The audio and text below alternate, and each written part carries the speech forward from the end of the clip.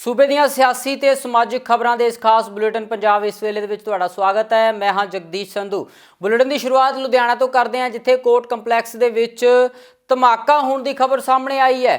इस धमाके ਦੇ ਵਿੱਚ ਇੱਕ ਵਿਅਕਤੀ ਦੀ मौत हो गई है, जबकि 5 ਵਿਅਕਤੀ ਜ਼ਖਮੀ ਦੱਸੇ ਜਾ ਰਹੇ ਨੇ। ਜ਼ਖਮੀਆਂ ਨੂੰ ਨਜ਼ਦੀਕੀ ਹਸਪਤਾਲ ਦੇ ਵਿੱਚ ਭਰਤੀ ਕਰਵਾਇਆ, ਜਿੱਥੇ ਉਹਨਾਂ ਦਾ ਇਲਾਜ ਚੱਲ ਰਿਹਾ ਹੈ। ਦੱਸਿਆ ਜਾ ਰਿਹਾ ਹੈ ਕਿ ਕੋਰਟ ਕੰਪਲੈਕਸ ਦੇ ਤੀਸਰੀ ਮੰਜ਼ਿਲ ਦੇ ਵਿੱਚ ਇਹ ਧਮਾਕਾ ਹੋਇਆ ਹੈ। ਵਾਸ਼ਰੂਮ ਦੇ ਵਿੱਚ ਦੱਸਿਆ ਜਾ ਰਿਹਾ ਹੈ ਕਿ ਇਹ ਧਮਾਕਾ ਹੋਇਆ ਹੈ। ਪੁਲਿਸ ਵੱਲੋਂ ਮੌਕੇ ਤੇ ਪਹੁੰਚ ਕੇ ਇਸ ਮਾਮਲੇ ਦੀ ਜਾਂਚ ਸ਼ੁਰੂ ਕਰ ਦਿੱਤੀ ਗਈ ਹੈ। ਕੇਂਦਰੀ ਏਜੰਸੀਆਂ ਵੀ पुलिस की जांच दे विच सहयोग कर रही ने। दस्सिया जा रहा है कि धमाका इन्ना भयानक सी कि बिल्डिंग दा फर्श तक उखड़ गया ते कई दीवारां भी ढह गई ने। सो इस पूरी घटना दे विच एक व्यक्ति की मौत हो गई है, जबकि 5 व्यक्ति जख्मी दस्से जा रहे हैं। कोर्ट कंपलैक्स दे विच खड़ियां गड्डियां नूं भी इस धमाके तो बाद नुकसान पहुंचा है। घटना तो बाद कोर्ट कंपलैक्स दे विच अफरा तफरी का माहौल पैदा हो गया ते लोग बाहर वाल नूं भजने शुरू हो गए। इलाके दे विच भी इस बंब धमाके तो बाद दस्सिया जा रहा है कि दहशत का माहौल पाया जा रहा है। इस बंब धमाके तो बाद सूबे भर दे विच हाई अलर्ट कर दिता गया है।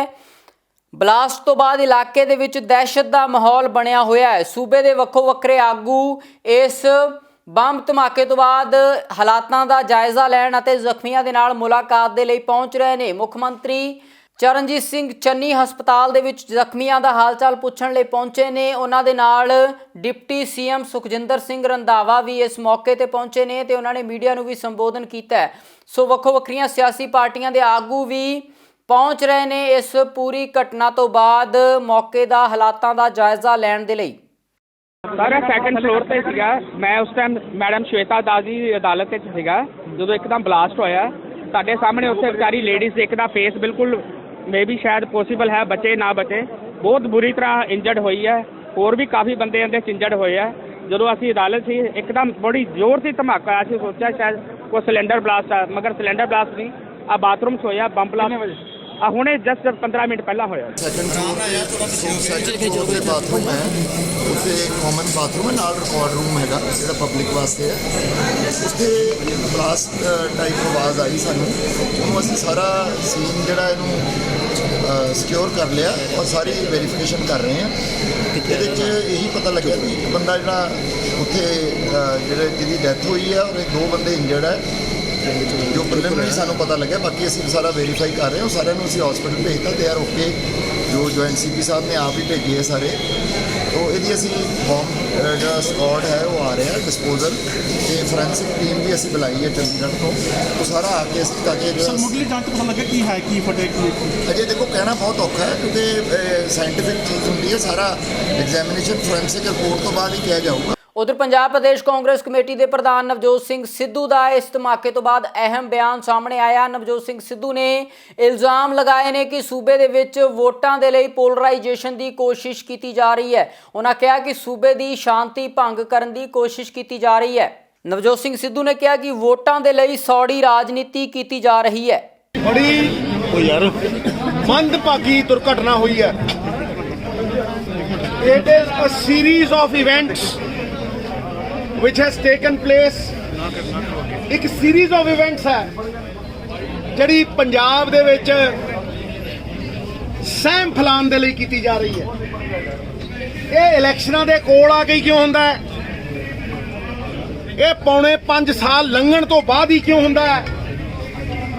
ਤੇ ਇਹ ਇੱਕ ਖਾਸ ਕਮਿਊਨਿਟੀ ਨੂੰ ਡਰਾਉਣ ਦੇ ਲਈ ਕਿਉਂ ਹੁੰਦਾ ਹੈ? ਤੇ ਜਿਹੜੇ ਲੋਕ ਪਹਿਲਾਂ ਪੰਜਾਬ ਨੂੰ ਵੇਚਦੇ ਰਹੇ ਔਰ ਗਿਰਵੀ ਰੱਖਦੇ ਰਹੇ, ਆਪਦੀ ਜਾਨ ਬਚਾਉਣ ਨੂੰ ਪੰਜਾਬ ਦੇ ਹੱਕ ਫਿਰਕਾ ਪ੍ਰਸਤ ਤਾਕਤਾਂ ਨੂੰ ਦਿੰਦੇ ਰਹੇ, ਮੈਂ ਉਹਨਾਂ ਨੂੰ ਕਹਿਣਾ ਚਾਹੁੰਦਾ ਕਿ ਇਸ ਤਰ੍ਹਾਂ ਸਹਿਮ ਫੈਲਾ ਕੇ ਤੁਸੀਂ ਵੋਟਾਂ ਦੀ ਰਾਜਨੀਤੀ ਦੇ ਲਈ ਪੋਲਰਾਈਜੇਸ਼ਨ ਨਹੀਂ ਕਰ ਸਕੋਗੇ। ਪੰਜਾਬ ਇੱਕ ਹੈ, ਇੱਕ ਸੀ, ਇੱਕ ਰਹੂਗਾ। ਪੰਜਾਬ ਪੰਜਾਬੀਅਤ ਦੇ ਵਿੱਚ ਬੰਨਿਆ ਹੋਇਆ।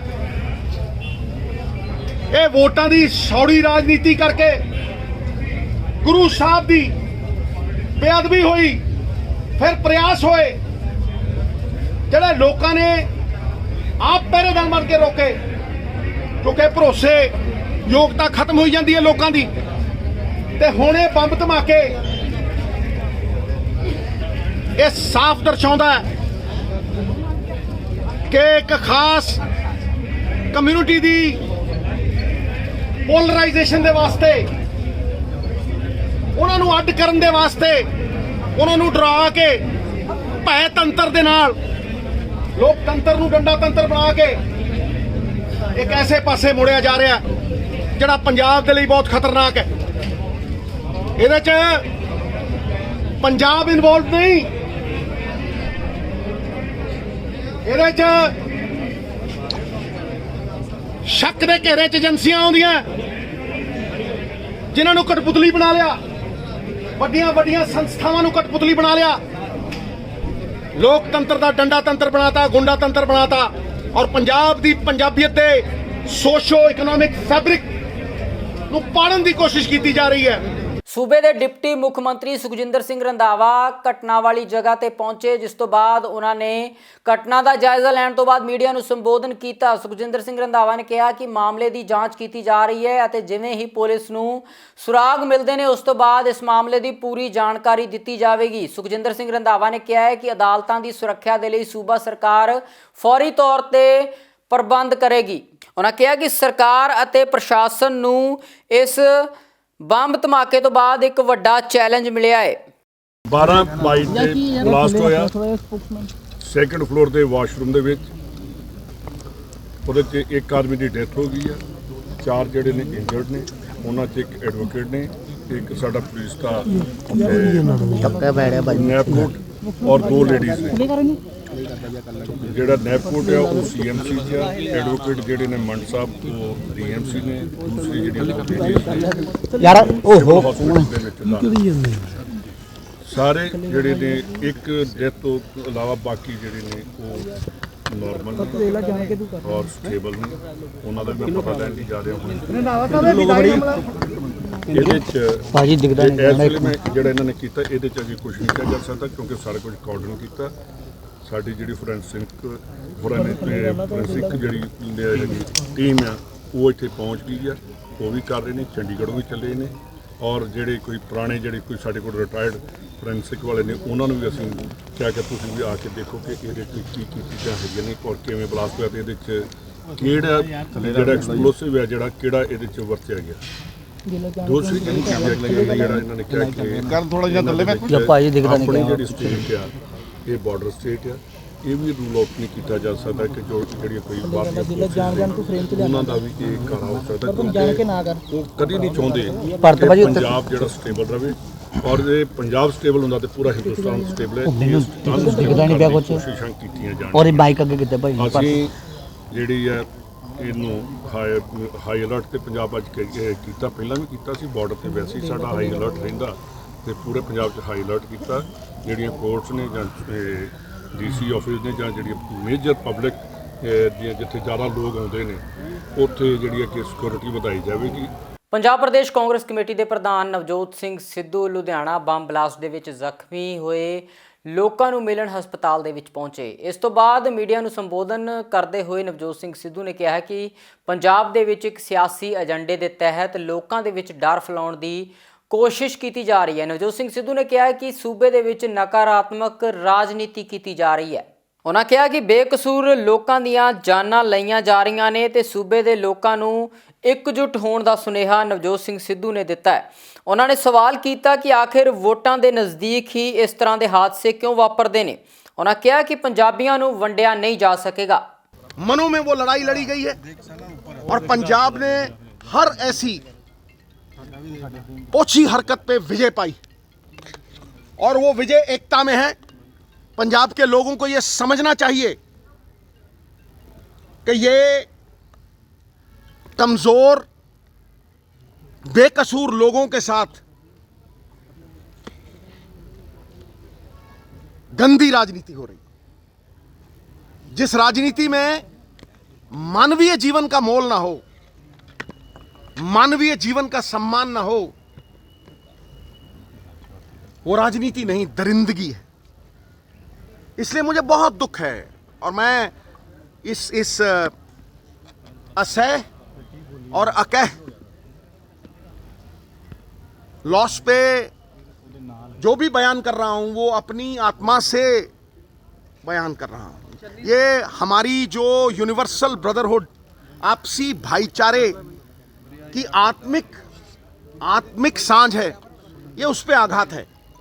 और मैं सारे पंजाब को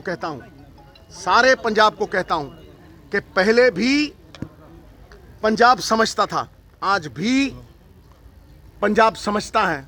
and we will give a befitting reply to all those who want to divide us. ये डिविसिव राजनीति जो है, ये तोड़ने की राजनीति कभी भी लोगों के मन में घर नहीं कर पाएगी।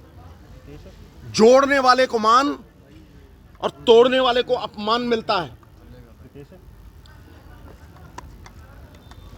इसलिए मैं इन सब बेकसूर लोगों के साथ एक आत्मिक सांझ, I have apologise to them. उनका कोई कसूर नहीं है, और वैसे भी जो बेकसूर होते हैं वही इस किस्म की राजनीति में सजा पाते हैं। सर, अकाली दल द्वारा राजनीति की जा रही है सर। सिद्धू साहब, अकाली दल द्वारा राजनीति की जा रही है। कोई भी बंदा इस गल ਨੂੰ ਸਮਝਦਾ ਹੈ, ਜਿਹੜਾ ਇਹ ਸਮਝਦਾ ਹੈ ਕਿ ਬੰਗਾਲ 'ਚ ਕੀ ਹੋਇਆ ਸੀ, ਉੱਥੇ ਵੀ ਲੋਕ ਲੜੇ ਸੀ। ਜਿਹੜਾ ਇਹ ਸਮਝਦਾ ਹੈ ਕਿ ਇੱਥੇ ਕੀ ਹੋ ਰਿਹਾ ਹੈ, ਮਤਲਬ ਲੋਕ ਇੰਨੇ ਕਿ ਸਿਆਣੇ ਨੇ, ਉਹਨਾਂ ਨੂੰ ਇਹ ਸਮਝ ਆਉਂਦੀ ਹੈ ਵੀ ਇਹ ਲਾਸਟ 1.5 ਮਹੀਨੇ 'ਚ ਕਿਉਂ ਹੁੰਦਾ ਹੈ, ਇਹ ਅਖੀਰ ਦੇ ਵਿੱਚ ਹੀ ਆ ਕੇ ਕਿਉਂ ਹੁੰਦਾ ਹੈ, ਇਹ ਜਦੋਂ ਇਲੈਕਸ਼ਨ ਨੇੜੇ ਆਉਂਦੇ ਆ ਇਹ ਤਦੋਂ ਹੀ ਕਿਉਂ ਹੁੰਦਾ ਹੈ। ਇਹ ਸਭ ਨੂੰ ਸਮਝ ਹੈ ਭਾਈ, ਇਹ ਸਭ ਨੂੰ ਸਮਝ ਹੈ। ਪੰਜਾਬ ਵੰਡਿਆ ਨਹੀਂ ਜਾਏਗਾ, ਪੰਜਾਬ ਡਿਵਾਈਡ ਨਹੀਂ ਹੋਏਗਾ। ਉਧਰ 2022 ਦੀਆਂ ਵਿਧਾਨ ਸਭਾ ਚੋਣਾਂ ਨੂੰ ਲੈ ਕੇ ਕਾਂਗਰਸ ਵੱਲੋਂ ਲਗਾਤਾਰ ਮੰਥਨ ਕੀਤਾ ਜਾ ਰਿਹਾ ਹੈ। ਦਿੱਲੀ ਦੇ ਵਿੱਚ ਪੰਜਾਬ ਦੇ ਐਮਪੀਜ਼ ਦੀ ਇੱਕ ਮੀਟਿੰਗ ਕੀਤੀ ਗਈ। ਮੀਟਿੰਗ ਦੇ ਵਿੱਚ ਵਿਧਾਨ ਸਭਾ ਚੋਣਾਂ ਨੂੰ ਲੈ ਕੇ ਵਿਚਾਰ ਵਟਾਂਦਰਾ ਕੀਤਾ ਗਿਆ। ਇਸ ਮੀਟਿੰਗ ਤੋਂ ਬਾਅਦ ਲੁਧਿਆਣਾ ਤੋਂ ਐਮਪੀ ਰਵਨੀਤ ਸਿੰਘ ਬਿੱਟੂ ਨੇ ਮੀਡੀਆ ਨੂੰ ਸੰਬੋਧਨ ਕੀਤਾ ਹੈ। जब भी इलेक्शन होती, ਜਦੋਂ ਵੀ ਇਲੈਕਸ਼ਨ ਹੁੰਦੀ ਆ, ਹਰ ਵਾਰ ਇਹ ਗੱਲ ਵਰਕਰ ਆ ਜਿਹੜਾ ਖਾਸ ਤੌਰ ਤੇ ਉਹ ਗੱਲ ਹਮੇਸ਼ਾ ਇਹ ਕਰਦਾ ਵੀ ਜਿਹੜੀ ਟਿਕਟਾਂ ਏ, ਜਿਹੜੇ ਕੰਮ ਕਰਨ ਵਾਲੇ ਨੇ, ਮਿਹਨਤ ਕਰਨ ਵਾਲੇ ਨੇ, ਉਹ ਕਈ ਵਾਰ ਇਗਨੋਰ ਹੋ ਜਾਂਦੇ ਆ, ਉਹ ਰਹਿ ਜਾਂਦੇ ਆ। ਤੇ ਇਸ ਕਰਕੇ ਹਾਈ ਕਮਾਂਡ ਦੇ ਮੂਹਰੇ ਇਹ ਇਕੱਲੀ ਪੰਜਾਬ ਦੀ ਗੱਲ ਨਹੀਂ ਮੈਂ ਕਰਦਾ, ਜਦੋਂ ਵੀ ਕਿਸੇ ਸਟੇਟ 'ਚ ਹੁੰਦੀ ਹੈ ਇਲੈਕਸ਼ਨ ਇਹ ਗੱਲ ਮੂਹਰੇ ਆਉਂਦੀ ਆ। ਤੇ ਜੇ ਇਹ ਫੈਸਲਾ ਲਿਆ ਗਿਆ ਏ, ਜੇ ਸਾਡੇ ਹਰੀਸ਼ ਚੌਧਰੀ ਜੀ ਨੇ ਇੰਚਾਰਜ ਸਾਹਿਬ ਨੇ ਇਹ ਗੱਲ ਕਹੀ ਆ, ਤੇ ਮੈਂ ਸਮਝਦਾ ਇਹ ਬਹੁਤ ਵਧੀਆ ਤੇ ਬਹੁਤ ਵੱਡਾ ਫੈਸਲਾ ਏ। ਇਹਨੂੰ ਹਰ ਹਾਲ ਇੰਪਲੀਮੈਂਟ ਕਰਨਾ ਚਾਹੀਦਾ। ਮੈਂ ਆਪਣੀ ਜੇ ਗੱਲ ਕਰਾਂ, ਮੈਂ ਹੁਣ ਆਪਣੇ ਕੱਲ੍ਹ ਨੂੰ ਵਾਈਫ ਦੇ ਲਈ, ਆਪਣੇ ਮਦਰ ਦੇ ਲਈ, ਆਪਣੇ ਮੈਂ ਭਰਾ ਲਈ, ਆਪਣੇ ਮੈਂ ਬੇਟੇ ਲਈ ਟਿਕਟ ਮੰਗਾ, ਤੇ ਮੈਂ ਨਹੀਂ ਸਮਝਦਾ ਉਹ ਗੱਲ ਕੋਈ ਚੰਗੀ ਆ। ਤੇ ਜੇ ਪੋਲੀਟਿਕਸ 'ਚ ਰਹਿਣਾ, ਮੈਂ ਆਪਣੀ ਗੱਲ ਨਿੱਜੀ ਮੈਂ ਜ਼ਰੂਰ ਕਰੂੰਗਾ ਵੀ ਮੈਂ ਇਸ ਇਲੈਕਸ਼ਨ ਦੇ ਵਿੱਚ ਕੋਈ ਵੀ ਆਪਣੇ ਪਰਿਵਾਰ ਲਈ ਕੋਈ ਟਿਕਟ ਨਾ, ਆਪਣੇ ਪਾਰਲੀਮੈਂਟ ਹਲਕੇ 'ਚ ਨਾ ਕਿਤੇ ਮੈਂ ਕੋਈ ਵੀ ਟਿਕਟ ਨਾ ਮੰਗ ਰਿਹਾ, ਨਾ ਮੰਗੂੰਗਾ ਕਦੇ। ਮੈਂ ਉਹਨਾਂ ਦੇ ਨਾਲ ਕੰਮ ਕੀਤਾ ਏ। ਮੈਂ ਹੁਣ ਕੈਪਟਨ ਸਾਹਿਬ ਦੇ ਨਾ ਮੈਂ ਪਹਿਲਾਂ ਕਿਹਾ, ਨਾ ਮੈਂ ਅੱਜ ਕਹਾਂ। ਹੁਣ ਗੱਲ ਸਹੀ ਆ ਵੀ ਮੈਂ ਤਾਂ ਸਿਰਫ ਇੱਕ ਉਹਨਾਂ ਦੇ ਛੋਟਾ ਉਹਨਾਂ ਦੀ ਉਮਰ 'ਚ ਹੋਣ 'ਚੋਂ ਇਹੀ ਕਹਿ ਸਕਦਾ ਵੀ ਕੈਪਟਨ ਸਾਹਿਬ ਬਹੁਤ ਵਧੀਆ ਰਾਜ ਭਾਗ ਤੁਹਾਡਾ ਰਿਹਾ ਏ। ਤੁਸੀਂ ਚੰਗੀ ਜਿਹੜੀ ਆ ਉਹ ਚੰਗੇ ਕੰਮ ਵੀ ਕੀਤੇ ਆ। ਚਲੋ ਮਜੀਠੀ ਵਾਲਾ ਕੰਮ ਨਹੀਂ ਕੀਤਾ, ਉਹ ਹੁਣ ਹੋ ਗਿਆ। ਆਰਾਮ ਨਾਲ ਜ਼ਿੰਦਗੀ ਬਤੀਤ ਕਰੋ। ਕਿਉਂ ਇਸ ਉਮਰ 'ਚ ਆਪ ਵੀ ਔਖੇ ਹੋ ਰਹੇ ਹੋ ਤੇ ਰੋਜ਼ ਆਪਣੇ ਸਰੀਰ ਨੂੰ ਵੀ ਕਸ਼ਟ ਦੇ ਰਹੇ ਹੋ। ਇਹ ਸਰੀਰ ਕੈਪਟਨ ਸਾਹਿਬ ਦਾ ਤਾਂ ਜਹਾਜ਼ਾਂ 'ਚ, ਬੜੇ ਬੜੇ ਮਹਿਲਾਂ 'ਚ ਰਹਿਣ ਵਾਲਾ, ਇਹ ਸੜਕਾਂ 'ਤੇ ਆਪਣੇ ਆਪ ਨੂੰ ਕਿਉਂ ਕਸ਼ਟ ਦੇ ਰਹੇ ਹੋ ਇਸ ਉਮਰ 'ਚ? ਕੋਈ ਬੱਲੀ ਗੱਲ ਹੋ ਗਈ, ਕੋਈ ਹੋਰ ਬਿਮਾਰੀ ਹੋ ਗਈ। ਕਿਉਂਕਿ ਜਿਹੜਾ ਬੰਦਾ ਬਾਹਰਲੀ ਹਵਾ ਨਾ ਲੈਣ ਗਿੱਝਿਆ ਹੋਵੇ, ਉਹਨੂੰ ਬਾਹਰ ਮਤਲਬ ਇੱਕ ਏਸੀ ਦੀ ਹਵਾ 'ਚ ਜਾਂ ਹੀਟਰਾਂ 'ਚ ਰਹਿ ਕੇ ਉਹ ਤਾਂ ਵਿਚਾਰੇ, ਤੇ ਅੱਜ ਉਹ ਸੜਕਾਂ 'ਤੇ ਬਾਹਰ ਫੇਰ ਰਹੇ ਆ, ਫੁੱਲ ਕੋਈ ਮਾਰ ਰਿਹਾ, ਕੋਈ ਕੁਛ ਫੁੱਲ ਜੇ ਕੋਈ ਜ਼ੋਰ ਦੀ ਵੱਜ ਗਿਆ ਫੇਰ ਕੌਣ ਜ਼ਿੰਮੇਦਾਰ ਆ ਜੇ ਕੋਈ 19-21 ਹੋ ਗਈ। ਇਸ ਕਰਕੇ ਕੈਪਟਨ ਸਾਹਿਬ ਨੂੰ ਮੈਂ ਕਹੂੰਗਾ, ਉਹਨਾਂ ਦੇ ਸਿਕਿਉਰਿਟੀ ਦੇ ਜਿਹੜੇ ਇੰਚਾਰਜ ਨੇ ਖੂਬੀ ਰਾਮ ਜੀ, ਉਹ ਉਹਨਾਂ ਦਾ ਖਿਆਲ ਰੱਖਣ, ਉਹਨਾਂ ਨੂੰ ਬਾਹਰ ਨਿਕਲਣ ਦੀ ਘੱਟ ਇਜਾਜ਼ਤ ਦੇਣ, ਕਿਉਂਕਿ ਬਹੁਤ ਵੱਡਾ ਖਤਰਾ ਉਹਨਾਂ ਦੀ ਸਿਹਤ ਲਈ ਹੋ ਸਕਦਾ ਹੈ। ਉਧਰ ਅੰਮ੍ਰਿਤਸਰ ਦੇ ਵਿੱਚ ਬੀਜੇਪੀ ਦੇ ਪੰਜਾਬ ਪੱਧਰ ਦੇ ਆਗੂਆਂ ਵੱਲੋਂ ਇੱਕ ਮੀਟਿੰਗ ਕੀਤੀ ਗਈ। ਮੀਟਿੰਗ ਤੋਂ ਬਾਅਦ ਬੀਜੇਪੀ ਆਗੂ ਗਜੇਂਦਰ ਸਿੰਘ ਸ਼ੇਖਾਵਤ ਨੇ ਮੀਡੀਆ ਨੂੰ ਸੰਬੋਧਨ ਕਰਦੇ ਹੋਏ ਕਿਹਾ ਹੈ ਕਿ ਪੰਜਾਬ ਦੇ ਵਿੱਚ ਸਮਾਜਿਕ ਤਾਣੇ ਬਾਣੇ ਨੂੰ ਖਰਾਬ ਕਰਨ ਦੀ ਕੋਸ਼ਿਸ਼ ਕੀਤੀ ਜਾ ਰਹੀ ਹੈ ਤੇ ਸੂਬੇ ਦੀ ਸ਼ਾਂਤੀ ਭੰਗ ਕਰਨ ਦੀ ਕੋਸ਼ਿਸ਼ ਵੀ ਕੀਤੀ ਜਾ ਰਹੀ है। मुझे लगता है कि अब क्योंकि केस दर्ज हो चुका है, पुलिस जांच कर रही है। यदि कोई व्यक्ति पाक साफ है और उसने किसी तरह का अपराध नहीं किया है तो पुलिस के सामने आकर के उसको फेस करना चाहिए, जांच में सहयोग करना चाहिए। और यदि जांच से कोई व्यक्ति भागता है तो कानून को अपना काम पूरी ताकत के साथ में करना चाहिए। पंजाब के युवकों को नशे की गिरफ्त से बाहर निकालना, और जैसे मैंने कहा कि एक समृद्धि वाले पंजाब की छवि होती थी और दूसरे आजकल नशे से ग्रस्त पंजाब की छवि होती है, इसको निकालने के लिए भारतीय जनता पार्टी कृत संकल्प है। नशा मुक्त पंजाब करके रोजगार युक्त पंजाब बनाएंगे, समृद्ध पंजाब बनाएंगे, खुशहाल पंजाब बनाएंगे, भाईचारे का पंजाब बनाएंगे। इस संकल्प के साथ में ही भारतीय जनता पार्टी चुनाव के मैदान में। सर, ये आरोप लग रहे हैं कि ईडी का भय दिखाकर कुछ कांग्रेसी नेताओं को भाजपा अपनी तरफ शामिल करे। हाँ, मुझे लगता है अभी मैंने पिछले प्रश्न का उत्तर दिया कि जिसने कोई अपराध नहीं किया उसको कोई भय होना नहीं चाहिए। तो पहले तो ये तय करें, जो भी इस बात का स्टेटमेंट देता है वो तय करें कि कौन कौन से लोग जो हैं वो ईडी के भय से भयग्रस्त है। पहले उस बात का लिस्ट का खुलासा करना चाहिए। कृषि क्षेत्र के कल्याण के लिए माननीय प्रधानमंत्री जी ने जिस तरह से पिछले 7 साल में काम किया, एग्रीकल्चर सेक्टर को देखने का नजरिया जो प्रोडक्शन सेंट्रिक होता था, क्योंकि हम फूड डेफिसिट नेशन थे, उसको बदल करके और प्रॉफिट सेंट्रिक अप्रोच के साथ में एग्रीकल्चर को देखा गया। किसान की आमदनी बढ़े इस लक्ष्य के साथ में सॉइल हेल्थ कार्ड से लेकर के मार्केट रिफॉर्म्स तक ये सारे निर्णय किए गए, और जितने निर्णय अब तक किए गए उनका सकारात्मक प्रभाव देश के कृषि क्षेत्र में निश्चित रूप से दिखाई देता है। मैं ये मानता हूं कि तात्कालिक समय में शायद, जैसा माननीय प्रधानमंत्री जी ने कहा कि शायद हम में कहीं कमी रह गई थी कि हम नहीं समझा पाए, या मुझे लगता है कहीं आप सब मित्रों का सहयोग जैसा चाहिए था वैसा नहीं मिल पाया कि हम नहीं समझा पाए। लेकिन जो कुछ माननीय प्रधानमंत्री जी ने पिछले 7 सालों में किसानों के लिए किया है, देश का हर एक अन्नदाता किसान उस बात को निश्चित रूप से मानता भी है, स्वीकार भी करता है। इसलिए ये कल्पना करना कि देश का किसान या प्रदेश का किसान भारतीय जनता पार्टी के साथ में होगा, मुझे लगता है कि अब ये निर्मूल और निराधार हो गया। उधर आम आदमी पार्टी सुप्रीमो ਤੇ ਦਿੱਲੀ ਦੇ ਮੁੱਖ ਮੰਤਰੀ ਅਰਵਿੰਦ ਕੇਜਰੀਵਾਲ ਨੇ ਵੀ ਲੁਧਿਆਣਾ ਵਿਖੇ ਹੋਏ ਬਲਾਸਟ ਤੇ ਆਪਣੀ ਪ੍ਰਤੀਕਿਰਿਆ ਦਿੰਦਿਆਂ ਕਿਹਾ ਹੈ ਕਿ ਪੰਜਾਬ ਦੇ ਵਿੱਚ ਸ਼ਾਂਤੀ ਨੂੰ ਭੰਗ ਕਰਨ ਦੀ ਕੋਸ਼ਿਸ਼ ਕੀਤੀ ਜਾ ਰਹੀ ਹੈ। ਅਰਵਿੰਦ ਕੇਜਰੀਵਾਲ ਨੇ ਕਿਹਾ ਕਿ ਸੂਬੇ ਦੇ ਲੋਕ ਇਸ ਸਾਜ਼ਿਸ਼ ਨੂੰ ਕਾਮਯਾਬ ਨਹੀਂ ਹੋਣ ਦੇਣਗੇ। ਅਰਵਿੰਦ ਕੇਜਰੀਵਾਲ ਨੇ ਇਸ ਬੰਬ ਧਮਾਕੇ ਦੇ ਵਿੱਚ ਮਰਨ ਵਾਲਿਆਂ ਦੀ ਆਤਮਿਕ ਸ਼ਾਂਤੀ ਦੇ ਲਈ ਪ੍ਰਾਰਥਨਾ ਵੀ ਕੀਤੀ ਹੈ। अभी कुछ देर पहले लुधियाना से ब्लास्ट की खबर आई है, सुन के बहुत दुख हुआ। सबसे पहले तो इसमें जिन लोगों की जान गई है उन सभी की आत्मा की शांति के लिए ईश्वर से प्रार्थना करता हूँ। ईश्वर उनके परिवार को इस दुख की घड़ी में साहस दे। इसमें घायल हुए सभी लोगों के जल्द स्वस्थ होने की कामना करता हूँ। अभी 3-4 दिन पहले दरबार साहब में बेअदबी का मामला हुआ था और आज ये ब्लास्ट हो गया। कुछ लोग पंजाब का माहौल ख़राब करना चाहते हैं। कुछ लोग हर बार चुनाव से पहले इस तरह की साजिश रचते हैं। पिछली बार उन्होंने मौड़ में बॉम्ब ब्लास्ट करवाया था, पर पंजाब के 3 करोड़ लोग एक मुट्ठी की तरह एक हैं। यही एकता कुछ लोगों को हजम नहीं हो रही, इसलिए ये लोग माहौल ख़राब करने की कोशिश कर रहे हैं। उन लोगों की किसी भी साजिश को पंजाब के लोग किसी भी कीमत पे कामयाब नहीं होने देंगे। हमें एक साथ खड़े रहना है, एक दूसरे का हाथ पकड़ के रखना है। ਆਮ ਆਦਮੀ ਪਾਰਟੀ ਦੇ ਸੀਨੀਅਰ ਆਗੂ ਅਮਨ ਅਰੋੜਾ ਨੇ ਵੀ ਇਸ ਘਟਨਾ ਦੇ ਉੱਪਰ ਆਪਣੀ ਪ੍ਰਤੀਕਿਰਿਆ ਦਿੰਦੇ ਹੋਏ ਕਿਹਾ ਹੈ ਕਿ ਸੂਬੇ ਦੇ ਵਿੱਚ ਅਮਨ ਸ਼ਾਂਤੀ ਨੂੰ ਭੰਗ ਕਰਨ ਦੀ ਕੋਸ਼ਿਸ਼ ਕੀਤੀ ਜਾ ਰਹੀ ਹੈ।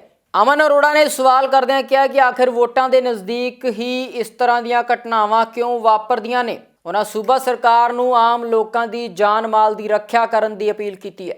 ਦੇਖੋ, ਮੈਂ ਸਮਝਦਾ ਕਿ ਇਹ ਬਹੁਤ ਮੰਦਭਾਗਾ ਹੈ ਕਿ ਜਦੋਂ ਵੀ ਪੰਜਾਬ ਦੇ ਵਿੱਚ ਚੋਣਾਂ ਹੁੰਦੀਆਂ ਨੇ ਉਦੋਂ ਹੀ ਬੇਅਦਬੀਆਂ ਦੀਆਂ ਔਰ ਬੰਬ ਬਲਾਸਟਾਂ ਦੀਆਂ ਜਿਹੜੀਆਂ ਮਾੜੀਆਂ ਘਟਨਾਵਾਂ ਨੇ ਉਹ ਸ਼ੁਰੂ ਹੋ ਜਾਂਦੀਆਂ ਨੇ। ਅੱਜ ਲੁਧਿਆਣੇ ਕੋਰਟ ਕੰਪਲੈਕਸ ਦੇ ਵਿੱਚ ਵੱਡਾ ਧਮਾਕਾ ਹੋਇਆ, ਜਿਸ ਦੇ ਵਿੱਚ ਪਤਾ ਲੱਗਿਆ ਕਿ 3 ਲੋਕਾਂ ਦੀ ਮੌਤ ਹੋ ਗਈ ਹੈ। ਇਸ ਤੋਂ ਪਹਿਲਾਂ 4 ਦਿਨ ਪਹਿਲਾਂ ਦਰਬਾਰ ਸਾਹਿਬ ਦੇ ਵਿੱਚ ਤੇ ਫਿਰ ਗੁਰਦੁਆਰਾ ਸਾਹਿਬ ਦੇ ਵਿੱਚ ਕਪੂਰਥਲੇ ਬੇਅਦਬੀ ਦੀਆਂ ਘਟਨਾਵਾਂ ਹੋਈਆਂ ਨੇ। ਇਹੀ ਮਾਹੌਲ ਸੀ ਜਿਹੜਾ ਅੱਜ ਤੋਂ 5 ਸਾਲ ਪਹਿਲਾਂ 2015 ਦੇ ਵਿੱਚ ਪਹਿਲਾਂ ਸ੍ਰੀ ਗੁਰੂ ਗ੍ਰੰਥ ਸਾਹਿਬ ਦੀ ਬੇਅਦਬੀ, ਉਸ ਤੋਂ ਬਾਅਦ ਸ੍ਰੀ ਕੁਰਾਨ ਸ਼ਰੀਫ ਦੀ, ਭਗਵਤ ਗੀਤਾ ਦੀ ਕਈ ਬੇਅਦਬੀਆਂ ਨੇ ਜਿਹੜੀਆਂ ਉਸ ਸਮੇਂ ਵੀ ਹੋਈਆਂ, ਤੇ ਫਿਰ ਮੌਡ ਬੰਬ ਬਲਾਸਟ ਹੋਇਆ ਜਿਸ ਦੇ ਵਿੱਚ 7 ਲੋਕਾਂ ਦੀ ਜਾਨ ਹੈ ਜਿਹੜੀ ਉਹ ਚਲੀ ਗਈ।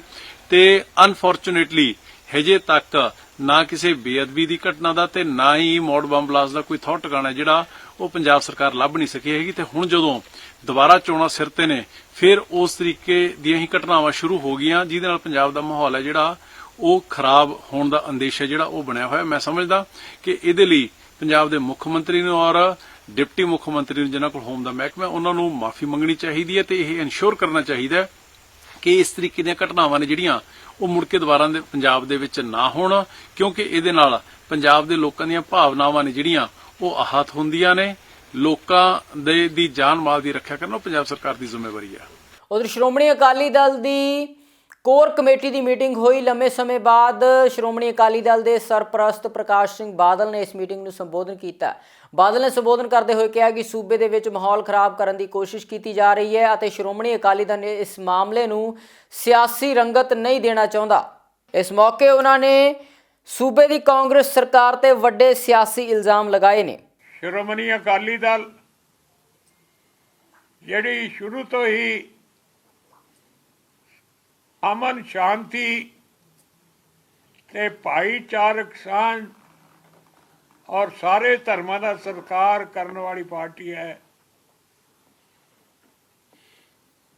ਉਹਦੇ ਹੁਣ ਉਸ ਨੂੰ ਵੀ ਇਹ ਮੌਕਾ ਦੇਖਣ ਦਾ ਮੌਕਾ ਮਿਲਿਆ ਕਿ ਹਰਿਮੰਦਰ ਸਾਹਿਬ ਤੇ ਹਮਲਾ ਹੋ ਗਿਆ। ਬੜੇ ਅਫਸੋਸ ਦੀ ਗੱਲ ਹੈ ਕਿ ਇਹ ਕਾਂਗਰਸ ਇੱਥੋਂ ਦੀ ਜਿਹੜੀ ਸਰਕਾਰ ਹੈ ਪੰਜਾਬ ਦੀ, ਮੈਂ ਕੋਈ ਸਿਆਸੀ ਰੰਗਤ ਨਹੀਂ ਦੇਣਾ ਚਾਹੁੰਦਾ, ਇਹਨਾਂ ਨੇ ਕਿਹਾ ਅਸੀਂ 3 ਦਿਨਾਂ ਦੇ ਅੰਦਰ ਅੰਦਰ ਅਸੀਂ ਮੁਲਜ਼ਮ ਫੜ ਲਾਂਗੇ। ਸਿੱਟ ਮੁਕਰਰ ਕਰਤੀ ਹੈ, ਲੇਕਿਨ ਜੋ 6-7 ਦਿਨ ਟੱਪ ਗਏ,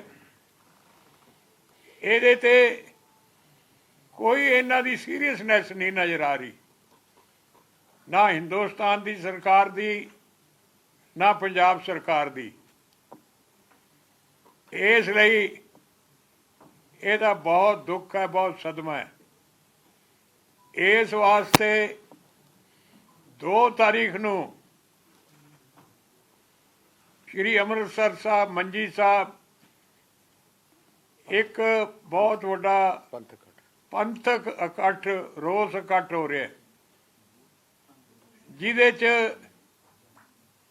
ਇਹ ਰੋਸ ਦਾ ਪ੍ਰਗਟਾਵਾ ਕੀਤਾ ਜਾਏਗਾ। ਔਰ ਇਸ ਤੋਂ ਬਾਅਦ ਜੇ ਇਹ ਫਿਰ ਸੁੱਤੀਆਂ ਸਰਕਾਰਾਂ ਨਾ ਜਾਗੀਆਂ ਤਾਂ ਫਿਰ ਹੋਰ ਕਦਮ ਅੱਗੇ ਚੁਣਨ ਦਾ ਐਲਾਨ ਕੀਤਾ ਜਾਏਗਾ। ਇਹ ਵੀ ਗੱਲ ਹੈ ਕਿ ਪੰਜਾਬ ਦਾ ਲਾਅ ਐਂਡ ਆਰਡਰ ਵੀ ਖਤਮ ਹੋ ਗਿਆ। ਆ ਲੁਧਿਆਣੇ ਕੀ ਹੋਇਆ ਅਜੇ ਪਤਾ ਨਹੀਂ ਕੀ ਹੋਣਾ ਹੈ। 2022 ਦੀਆਂ ਵਿਧਾਨ ਸਭਾ ਚੋਣਾਂ ਨਜ਼ਦੀਕ ਨੇ। ਅਜਿਹੇ ਵਿੱਚ ਆਗੂ ਇੱਕ ਪਾਰਟੀ ਨੂੰ ਛੱਡ ਕੇ ਦੂਸਰੀਆਂ ਪਾਰਟੀਆਂ ਦੇ ਵਿੱਚ ਸ਼ਾਮਲ ਹੋ ਰਹੇ ਨੇ। ਕਿਸੇ ਸਮੇਂ ਸ਼੍ਰੋਮਣੀ ਅਕਾਲੀ ਦਲ ਨੂੰ ਛੱਡ ਕੇ ਵੱਖ ਹੋਏ ਰਣਜੀਤ ਸਿੰਘ ਬ੍ਰਹਮਪੁਰਾ ਇੱਕ ਵਾਰ ਫੇਰ ਤੋਂ ਸ਼੍ਰੋਮਣੀ ਅਕਾਲੀ ਦਲ ਦੇ ਵਿੱਚ ਮੁੜ ਤੋਂ ਸ਼ਾਮਲ ਹੋ ਗਏ ਨੇ। ਉਹਨਾਂ ਦੇ ਨਾਲ ਉਹਨਾਂ ਦੇ ਸਮਰਥਕਾਂ ਨੇ ਵੀ ਸ਼੍ਰੋਮਣੀ ਅਕਾਲੀ ਦਲ ਦੇ ਵਿੱਚ ਵਾਪਸੀ ਕੀਤੀ ਹੈ। ਉਜਾਗਰ ਸਿੰਘ ਵਡਾਲੀ ਵੀ ਮੁੜ ਤੋਂ ਸ਼੍ਰੋਮਣੀ ਅਕਾਲੀ ਦਲ ਦਾ ਹਿੱਸਾ ਬਣ ਗਏ ਨੇ। ਇਸ ਮੌਕੇ ਸ਼੍ਰੋਮਣੀ ਅਕਾਲੀ ਦਲ ਛੱਡ ਕੇ ਗਏ ਕਈ ਆਗੂ ਪਾਰਟੀ ਦੇ ਵਿੱਚ ਵਾਪਸ ਆ ਗਏ ਨੇ। ਅੱਜ ਸ਼੍ਰੋਮਣੀ ਅਕਾਲੀ ਦਲ ਵਾਸਤੇ ਬਹੁਤ ਹੀ ਜ਼ਿਆਦਾ ਖੁਸ਼ੀ ਦਾ ਦਿਨ ਹੈ। ਅੱਜ ਮੇਰੇ ਪਿਤਾ ਸਮਾਨ ਬਜ਼ੁਰਗ ਜਥੇਦਾਰ ਬ੍ਰਹਮਪੁਰਾ ਸਾਹਿਬ ਤੇ ਉਹਨਾਂ ਦੀ ਸਾਰੀ ਟੀਮ ਅੱਜ ਵਾਪਸ ਸ਼੍ਰੋਮਣੀ ਅਕਾਲੀ ਦਲ 'ਚ ਆਏ। ਬ੍ਰਹਮਪੁਰਾ ਸਾਹਿਬ ਦਾ ਇੱਕ ਭਰਾਵਾਂ ਵਾਂਗੂ ਰਿਸ਼ਤਾ। ਮੈਨੂੰ ਯਾਦ ਹੈ ਇੱਕ ਵਾਰ ਮੈਂ ਵੱਡੇ ਬਾਦਲ ਸਾਹਿਬ ਨੂੰ ਮੈਂ ਪੁੱਛਿਆ ਸੀ ਕਿ ਪਾਰਟੀ ਵਿੱਚ ਤੁਹਾਡਾ ਸਭ ਤੋਂ ਪਿਆਰਾ ਦੋਸਤ ਇੱਕ ਹੁੰਦਾ ਨਾ ਜੀ ਅਟੈਚਮੈਂਟ, ਉਹਨਾਂ ਨੇ ਕਿਹਾ ਬ੍ਰਹਮਪੁਰਾ ਸਾਹਿਬ ਦਾ ਨਾਂ ਲਿੱਤਾ ਸੀ। ਪੂਰੀ ਜ਼ਿੰਦਗੀ ਬ੍ਰਹਮਪੁਰਾ ਸਾਹਿਬ ਤੇ ਬਾਦਲ ਸਾਹਿਬ ਨੇ ਪੂਰੀ ਜ਼ਿੰਦਗੀ ਸੰਘਰਸ਼ ਕੀਤਾ, ਹਰ ਔਖੀ ਘੜੀ 'ਚ ਇਕੱਠੇ ਰਹਿ ਕੇ ਦੁਸ਼ਮਣਾਂ ਦਾ ਸਾਹਮਣਾ ਕੀਤਾ। ਮੈਨੂੰ ਲੱਗਦਾ ਸਾਰੀ ਜ਼ਿੰਦਗੀ ਦਾ ਸਾਥ ਇੱਕ ਦੂਜੇ ਨਾਲ ਉਹਨਾਂ ਨਿਭਾਇਆ। ਕੁਝ ਕਾਰਨਾਂ ਕਰਕੇ ਆਪਾਂ ਤੋਂ ਥੋੜੇ ਵਿਛੜ ਗਏ ਸੀ, ਪਰ ਅੱਜ ਮੈਨੂੰ ਬੜੀ ਖੁਸ਼ੀ ਹੈ ਕਿ ਬ੍ਰਹਮਪੁਰਾ ਸਾਹਿਬ ਦੇ ਆਸ਼ੀਰਵਾਦ ਨਾਲ, ਕਿਉਂਕਿ ਉਹਨਾਂ ਦੀ ਜਿਹੜਾ ਐਕਸਪੀਰੀਅੰਸ ਹੈ, ਉਹਨਾਂ ਦੀ ਦੂਰ ਦੇਖਣ ਦੀ ਇਹਨਾਂ ਦੀ ਜਿਹੜੀ ਸੋਚ ਹੈ, ਉਹਨਾਂ ਨੂੰ ਸਾਡਾ ਬਹੁਤ ਵੱਡਾ ਬੈਨੀਫਿਟ ਸ਼੍ਰੋਮਣੀ ਅਕਾਲੀ ਦਲ ਨੂੰ ਹੋਣਾ ਉਹਨਾਂ ਦੇ ਆਸ਼ੀਰਵਾਦ ਨਾਲ। ਰੋਪੜ ਦੇ ਵਿੱਚ ਪੰਚਾਇਤਾਂ ਵੱਲੋਂ ਸਰਕਾਰ ਦੇ ਖਿਲਾਫ ਰੋਸ ਪ੍ਰਦਰਸ਼ਨ ਕੀਤਾ ਗਿਆ। ਇਸ ਮੌਕੇ ਪ੍ਰਦਰਸ਼ਨ ਕਰ ਰਹੇ ਸਰਪੰਚਾਂ ਤੇ ਪੰਚਾਂ ਨੇ ਇਲਜ਼ਾਮ ਲਗਾਏ ਨੇ ਕਿ ਸੂਬਾ ਸਰਕਾਰ ਵੱਲੋਂ ਪੰਚਾਇਤਾਂ ਨੂੰ ਗ੍ਰਾਂਟਾਂ ਨਹੀਂ ਦਿੱਤੀਆਂ ਜਾ ਰਹੀਆਂ, ਜਿਸ ਕਾਰਨ ਵਿਕਾਸ ਕੰਮ ਰੁਕੇ ਹੋਏ ਨੇ। ਅੱਜ ਦੀ ਪ੍ਰੈਸ ਕਾਨਫਰੰਸ ਸਰਪੰਚਾਂ ਨੂੰ ਪਿਛਲੇ 5 ਸਾਲ ਦੇ ਵਿੱਚ ਰੋਪੜ ਚੋਣ ਹਲਕੇ ਨੂੰ ਕੋਈ ਗ੍ਰਾਂਟ ਨਹੀਂ ਦਿੱਤੀ ਗਈ। ਸਾਡੇ ਪ੍ਰਧਾਨ ਜੀ ਸਰਪੰਚ ਸਾਹਿਬ ਮੈਣੀ ਤੋਂ ਇਹਨਾਂ ਨੇ ਸਮੇਂ ਸਿਰ ਹਰ ਇੱਕ ਨੇਤਾ ਨੂੰ ਜਾ ਕੇ ਇਸ ਬਾਰੇ ਅਪਰੋਚ ਕੀਤਾ, ਡੀਸੀ ਤੋਂ ਲੈ ਕੇ ਸੀਐਮ ਸਾਹਿਬ ਤੱਕ, ਪਰ ਅੱਜ ਤੱਕ ਸਾਨੂੰ ਕੁਝ ਵੀ ਨਹੀਂ ਮਿਲਿਆ ਹੈਗਾ। ਇਸ ਕਰਕੇ ਸਾਨੂੰ ਅੱਜ ਮਜਬੂਰ ਹੋ ਕੇ ਇਹ ਕਾਨਫਰੰਸ ਕਰਨੀ ਪਈ ਹੈ ਤੇ ਇਹਦੇ ਵਿੱਚ ਅਸੀਂ ਜਿਹੜੀਆਂ ਵੀ ਅੱਜ ਫੈਸਲੇ ਲਏ ਹਨ ਅਸੀਂ ਉਹਨਾਂ ਤੇ ਅਡਿੱਗ ਗਏ ਔਰ ਲਾਸਟ ਤੱਕ ਅਸੀਂ ਕਰਾਂਗੇ। ਇਸ ਟਾਈਮ ਮੇਰੀ ਮੌਜੂਦਾ ਜਿਹੜੀ ਮਿਸਿਸ ਸਰਪੰਚ ਆ, 2008 ਤੋਂ 13 ਦੇ ਵਿੱਚ ਮੈਂ ਸਰਪੰਚ ਸਰਬਸੰਮਤੀ ਨਾਲ ਬਣਿਆ। ਉਸ ਤੋਂ ਬਾਅਦ ਨੈਕਸਟ ਮੇਰੇ ਮਹਿੰਦਰਪਾਲ ਸਿੰਘ ਵਕੀਲ ਇੱਕ ਮੇਰੇ ਪਿੰਡ ਤੋਂ, ਉਹ ਵੀ ਅਸੀਂ ਆਪਣਾ ਉਹਦੇ 'ਚ ਸਰਬਸੰਮਤੀ ਨਾਲ ਸਰਪੰਚ ਬਣਾਇਆ। ਉਸ ਤੋਂ ਬਾਅਦ ਹੁਣ ਵੀ ਮੇਰੀ ਮਿਸਿਸ ਜੋ ਆ ਮਤਲਬ ਸਰਬਸੰਮਤੀ ਨਾਲ ਸਰਪੰਚ ਬਣੀ। ਸਰਬਸੰਮਤੀ ਤੋਂ ਬਾਅਦ ਕੁਝ ਮਿਲਿਆ ਤੁਹਾਨੂੰ? ਸਰਬਸੰਮਤੀ ਸਿਰਫ ਸਾਨੂੰ 2008 ਤੋਂ 13 ਦੇ ਵਿੱਚ ਵੀ ਲਾਰੇ ਮਿਲੇ ਆ। ਉਸ ਤੋਂ ਬਾਅਦ ਫਿਰ ਦੁਬਾਰਾ ਸਾਡੇ ਮਹਿੰਦਰਪਾਲ ਜੀ ਬਣੇ ਆ, ਉਸ ਟਾਈਮ ਵੀ ਲਾਰੇ, ਉਸ ਟਾਈਮ ਹੁਣ ਵੀ ਸਾਡੇ ਕੋਲ ਮਤਲਬ ਜਿਹੜੀ ਸਰਪੰਚੀ ਆ ਇਹ ਵੀ ਮਤਲਬ ਸਰਬਸੰਮਤੀ ਨਾਲ, ਤੇ ਹੁਣ ਵੀ ਲਾਰਿਆਂ ਤੇ ਸਵਾਇਆ ਕੁਝ ਨਹੀਂ ਹੈ। ਰੂਪਨਗਰ ਦੀਆਂ ਪੰਚਾਇਤਾਂ ਨੂੰ ਪਿਛਲੇ 4.5 ਸਾਲ ਦੌਰਾਨ ਨਾ ਹੀ ਕੈਪਟਨ ਅਮਰਿੰਦਰ ਸਿੰਘ ਨੇ ਔਰ ਨਾ ਹੀ ਉਸ ਤੋਂ ਬਾਅਦ ਚਰਨਜੀਤ ਸਿੰਘ ਚੰਨੀ ਨੇ ਪਿਛਲੇ 3 ਮਹੀਨੇ ਦੌਰਾਨ ਕੋਈ ਵੀ ਜਿਹੜੀ ਗ੍ਰਾਂਟ ਆ ਨਹੀਂ ਦਿੱਤੀ, ਜਦਕਿ ਹਲਕਾ ਆਨੰਦਪੁਰ ਸਾਹਿਬ ਔਰ ਚਮਕੌਰ ਸਾਹਿਬ ਦੀਆਂ ਪੰਚਾਇਤਾਂ ਨੂੰ 50 ਤੋਂ ਲੈ ਕੇ 70, 80 ਲੱਖ ਈਵਨ ਕਰੋੜ ਰੁਪਇਆ ਵੀ ਜਿਹੜੀ ਗ੍ਰਾਂਟ ਦਿੱਤੀ ਗਈ ਆ। ਜਿਹੜਾ ਇਹ ਵਿਤਕਰਾ ਸੀਗਾ ਇਹ ਰੂਪਨਗਰ ਵਿਧਾਨ ਸਭਾ ਹਲਕੇ ਦੇ ਨਾਲ ਕੀਤਾ ਗਿਆ। ਸੋ ਅਸੀਂ ਅੱਜ ਸਾਰੀਆਂ ਪੰਚਾਇਤਾਂ ਨੇ, ਨੁਮਾਇੰਦਿਆਂ ਨੇ, ਪ੍ਰਧਾਨ ਚਰਨਜੀਤ ਸਿੰਘ ਮਿਆਣੀ ਦੀ ਨੁਮਾਇੰਦਗੀ ਵਿੱਚ ਇਹ ਗੱਲ ਕਰੜੇ ਸ਼ਬਦਾਂ ਵਿੱਚ ਸਰਕਾਰ ਦੀ ਨਿੰਦਾ ਕਰੀ ਹੈ ਔਰ ਆਮ ਆਦਮੀ ਪਾਰਟੀ ਔਰ ਅਕਾਲੀ ਦਲ ਦੀ ਵੀ ਇਸ ਗੱਲ ਦੀ ਅਸੀਂ ਪੁਰਜ਼ੋਰ ਨਿੰਦਾ ਕਰਦੇ ਹਾਂ ਕਿ ਉਹਨਾਂ ਨੇ ਵਿਧਾਨ ਸਭਾ ਦੇ ਵਿੱਚ ਵੀ ਔਰ ਵਿਧਾਨ ਸਭਾ ਤੋਂ ਬਾਹਰ ਵੀ ਪੰਚਾਇਤਾਂ ਦੀ ਰਾਖੀ ਦੇ ਲਈ, ਪੰਚਾਇਤਾਂ ਨੂੰ ਗ੍ਰਾਂਟਾਂ ਦੇ ਲਈ ਕੋਈ ਵੀ ਨਿੱਜੀ ਤੌਰ ਤੇ ਡੂੰਘਾ ਅਤੇ ਕਾਰਗਰ ਕਦਮ ਨਹੀਂ ਉਠਾਇਆ। ਖਬਰਾਂ ਦੇ ਇਸ ਖਾਸ ਬੁਲੇਟਿਨ ਪੰਜਾਬ ਇਸ ਵੇਲੇ ਦੇ ਵਿੱਚ ਫਿਲਹਾਲ ਇੰਨਾ ਹੀ। ਹੁਣ ਮੈਨੂੰ ਦਿਓ ਇਜਾਜ਼ਤ। ਧੰਨਵਾਦ।